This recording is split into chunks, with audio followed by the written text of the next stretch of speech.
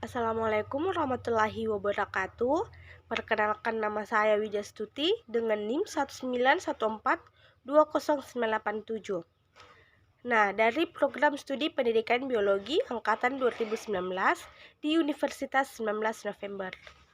Nah, di sini saya akan menjelaskan materi tentang hormon pada tumbuhan, di mana guna untuk memenuhi salah satu tugas saya di mata kuliah fisiologi tumbuhan. Oke, kita langsung saja masuk pada pengertian hormon pada tumbuhan. Nah, adapun hormon pada tumbuhan itu atau biasa disebut dengan fitohormon, yaitu sel organik yang bernutrisi yang disintetis pada bagian tertentu di suatu tumbuhan, kemudian ditranslokasikan ke bagian lain pada tumbuhan. Nah, bagian tumbuhan yang ditranslokasikan tersebut itu akan memberikan respon baik secara fisiologis, morfologis, maupun biokimia. Namun, senyawa ini hanya aktif dalam jumlah yang lebih kecil. Nah, hormon ini itu berpengaruh dan mengontrol perkembangan tumbuhan. Hormon memiliki fungsi untuk mengatur metabolisme, pertumbuhan maupun perkembangan. Nah, hormon tumbuhan ini dapat mempengaruhi laju pertumbuhan pada suatu bagian tertentu pada tumbuhan. Pada konsentrasi rendah, hormon tumbuhan itu dapat menimbulkan efek fisiologis. Efek fisiologis tersebut muncul akibat adanya proses pertumbuhan serta perkembangan pada tanaman. Nah, hormon ini berperan sebagai regulator pertumbuhan yang sangat esensial. Lanjut pada jenis-jenis hormon. Nah, adapun ahli botani telah menemukan 5 jenis hormon pada tumbuhan, yaitu yang pertama hormon auksin, kedua hormon sitokinin, 3 hormon giberelin, 4 hormon etilen, dan yang terakhir atau yang kelima itu adalah asam absitat. Oke, langsung saja. Yang pertama itu hormon auksin. Nah, hormon auksin ini adalah hormon yang dapat ditemukan pada daerah merismatik seperti ujung batang, ujung akar, puncuk bunga, yaitu pada saat pembentukan bunga dan di embrio biji. Nah, auksin ini tuh disintetis di dekat meristem pucuk, di bagian pucuk batang dan jaringan-jaringan yang masih muda. Contohnya itu pada daun muda. Nah, hormon auksin ini ditransport secara polar, yaitu mengalami pergerakan menuju bawah batang. Nah, hal ini yang menyebabkan terjadinya perbedaan konsentrasi auksin dari ujung akar dan ujung batang maupun bagian lainnya. Nah, meskipun hormon auksin ini ditranslokasikan ke semua bagian tanaman, tetapi semua bagian mendapatkan jumlah auksin yang berbeda-beda. Kadar auksin yang berbeda itulah yang akan menyebabkan adanya perbedaan respon dari setiap bagian tumbuhan. Nah, respon yang diberikan itu bermacam-macam, mulai dari respon positif bahkan respon negatif.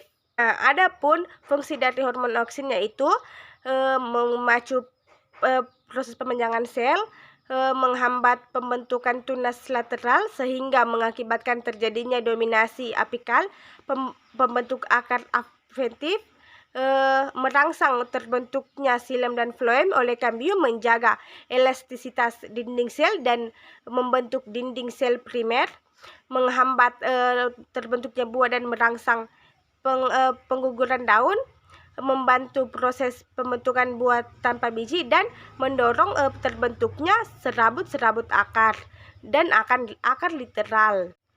Nah, lanjut yang kedua itu hormon sitokinin. Nah, adapun hormon sitokinin ini yaitu senyawa yang dapat ditemukan secara bebas di sitoplasma. Nah, serta merupakan salah satu komponen tersekretas dari beberapa RNA-T yang senyawa ini tuh memiliki kemampuan dalam meningkatkan pembelahan sel pada tumbuhan. Nah, sitokinin ini selain terdapat pada tumbuhan, juga terdapat pada lumut, alga merah, dan alga coklat, dan di atom. Sitokinin juga itu berperan dalam merangsang pertumbuhan pada alga.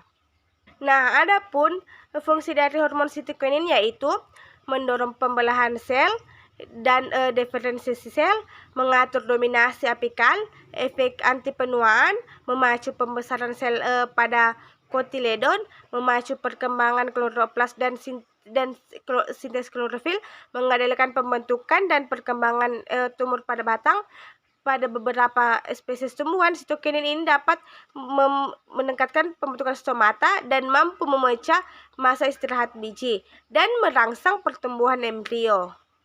Lanjut, pada hormon yang ketiga itu hormon giberelin. Nah, giberelin ini merupakan senyawa yang tergolong ke dalam terpenoid tetrasiklit yang memiliki rangka M-giberelin yang disebut N-quirin. Nah, struktur dasar dari giberelin itu berupa kerangka giban dan kelompok karboksil bebas. Nah, hormon giberelin ini memiliki beberapa sifat.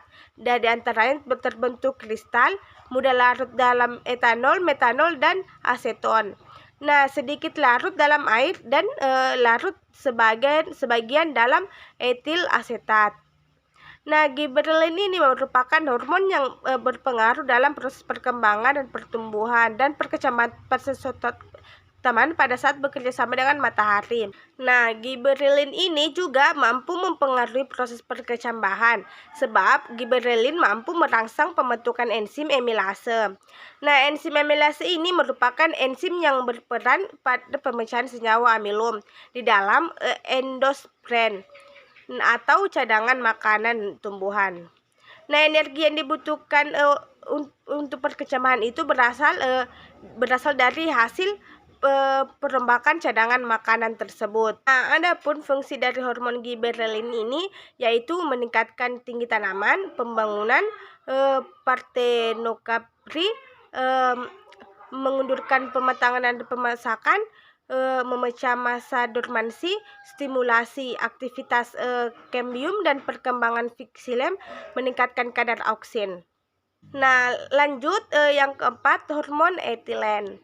Nah, etilen ini merupakan suatu senyawa kimia yang dihasilkan oleh tanaman pada saat proses pemasakan dan dapat memuat.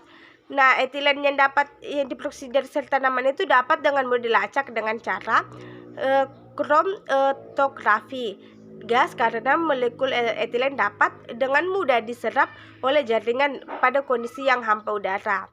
Nah, adapun fungsi dari hormon etilen yaitu merangsang proses pematangan buah, merangsang absisi, mendukung epilepsi, menjadi penghambat dalam proses pemanjangan akar dan batang di beberapa spesies tumbuhan, menstimulasi pertumbuhan secara isodiametrikal dibanding pertumbuhan secara longitudinal, mendukung terbentuknya akar adventif dan bulu-bulu akar, serta mendukung dalam hal pembangunan seperti pembangunan pada nanas dan flower padi dalam persilangan anggrek. Yang terakhir atau yang kelima yaitu hormon asam absitat. Nah, asam absitat ini merupakan hormon yang kerjanya menghambat pertumbuhan dan bersifat antagonis dengan golongan hormon lainnya. Nah, asam absitat ini memberikan pengaruh yang sangat nyata dalam perkembangan tumbuhan. Asam absitat ini bekerja bersamaan dengan zat PT lain yang sifatnya antagonis. Misalnya, asam absitat menjadi penghambat kerja dari IAA dalam hal pembengkakan koleofil AVDSP. Nah, apabila IAA yang diberikan lebih banyak lagi, maka pengaruh dari asam absitat itu dapat dihilangkan. Tetapi dalam hal perkecambahan biji, beberapa spesies misalnya selada, kerja dari asam absitat itu tidak dapat dihambat hanya dengan cara pemberian IAA. Diperlukan adanya zat pengatur tumbuhan lain seperti sitokinin dan giberelin. Nah, adapun fungsi dari asam absitat ini yaitu dormansi biji, proses pengangguran, regulasi stomata, mempengaruhi perkembangan embrio dan biji, menghambat perantara sintesis amilase, mempertahankan viabilitas daripada saat disimpan, mempengaruhi pembangunan tanaman dan menghambat pembalahan sel pada kambium pembuluh. Nah, itulah tadi penjelasan saya mengenai hormon pada tumbuhan. Kurang dan lebihnya mohon dimaafkan. Wassalamualaikum warahmatullahi wabarakatuh.